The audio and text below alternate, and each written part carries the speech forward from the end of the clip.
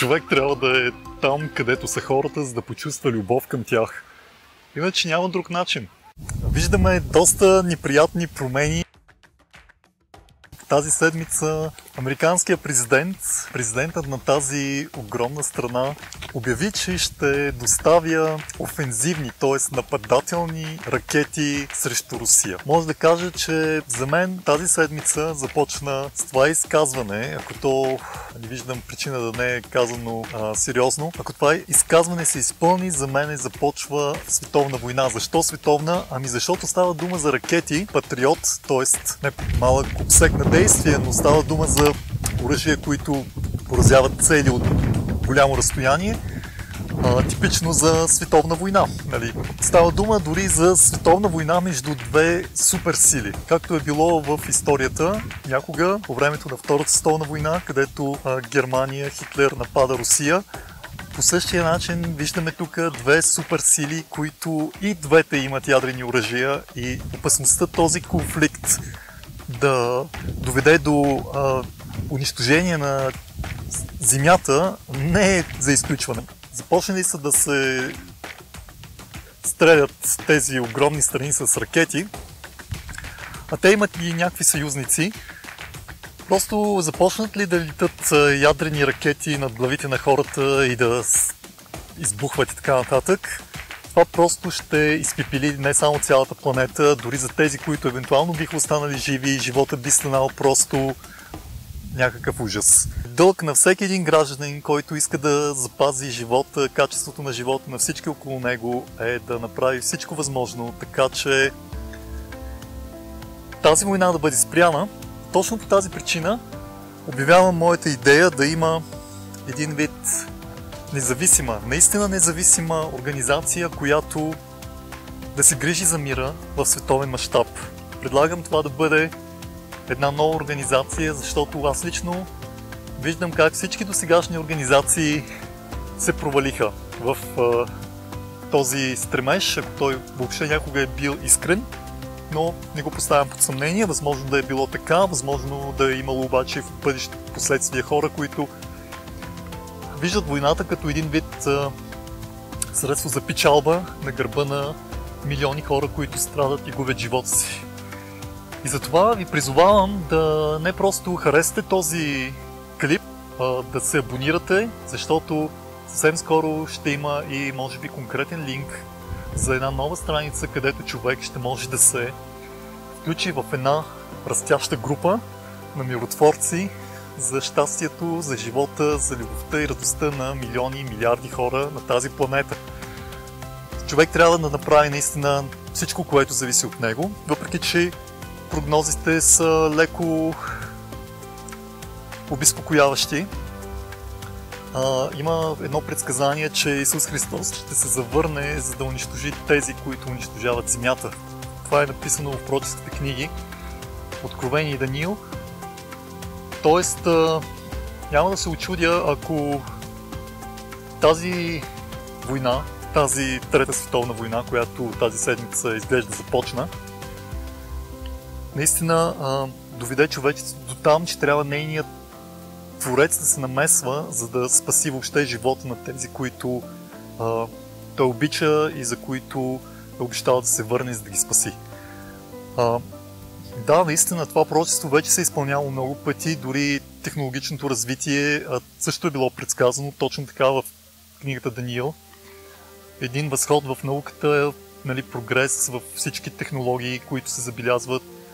И всичко това е стартирало буквално преди 150 години, а този период е датиран в това пророчество. Но е много впечатляващо, че великите сили, т.е. едната велика сила, Съединените американски щати, също е била пророкувана каква роля ще играе. И ролята, която ще играе, въобще не е завидна. Напротив, тази роля е описана доста като негативна роля, а именно тя ще налага едни нови мерки, т.е. ще налага един печата на звяра, една система, която ще налага религиозни мерки, а всъщност Съединените щати ще помагат на тази система. И тъй като те са много недемократични, Просто, разбирате, трябва конкуренцията да бъде елиминирана или отслабена, пак казвам, което отива на гърба на милиони хора. А на тези, които всъщност изпълняват интересите на Луцифер, който има свои агенти в политиката на тези силни страни, нали, те просто може би си мислят, че ще отидат някой ден на някакъв красив остров в Тихия океан и ще си живеят живота спокойно и далече от ядрени взривове и така нататък, но тук много се бъркат, защото всички тези лоши неща, които се случват, са били предсказани, но един ден, един бог, който ще се намеси, ще им държи сметка и тогава ще видят и ще разберат колко ефтино са продали на този Луцифер за слава и пари.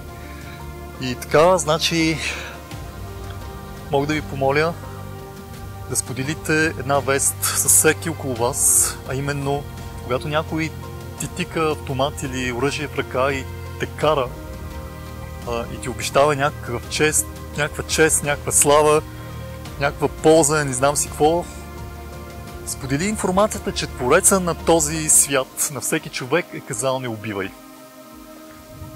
И когато той се завърне, всички тези, които са пристъпвали неговите заповеди, ще бъдат не просто унищожени, един ден те ще бъдат възкресени и изправени пред един съдебен съд, пред един небесен съд в универса. Само и само за да получат определеното си наказание, което после ще бъде изпълнено в едно огнено езеро, където ще вали просто огън отгоре. Те ще намерят смъртта си завинаги. Тези, за които Исус се завръща, тези, които всъщност са обичали живота, обичали са неговите творения, за тях той се връща като спасител и тях той взима в един рай, който ще бъде невероятна вселена, пълна с радост, с щастие, с невероятно много приятелство и усмивки. И това време идва, така че разбирате ли, точно малко преди развръзката, Луцифер, знайки, че му остава малко време, планира войни, с които той наистина погубва милиони хора. Той ги обърква, той се опитва да ги манипулира, да пристъпват против съвестта си най-висши принципи на живота, като например, нали, както казах, заповедта не убивай. Така че да ги раздели от този творец, тъй като всяка заповед, пристъпването на всяка заповед е грях, води до раздяла с твореца.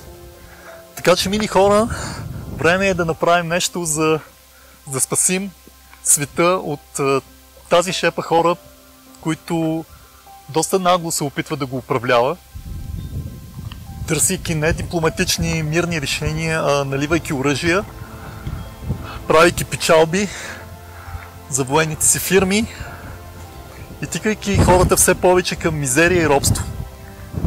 И преди колелото да се завърти така, че да няма никакво спиране, както е било и по времето на Хитлер, моля ви, пак казвам и повтарям, харесайте този клип, споделете го с приятели, абонирайте се и очаквайте съвсем скоро един линк, където ще направим една хубава страница, където можем да растем като организация.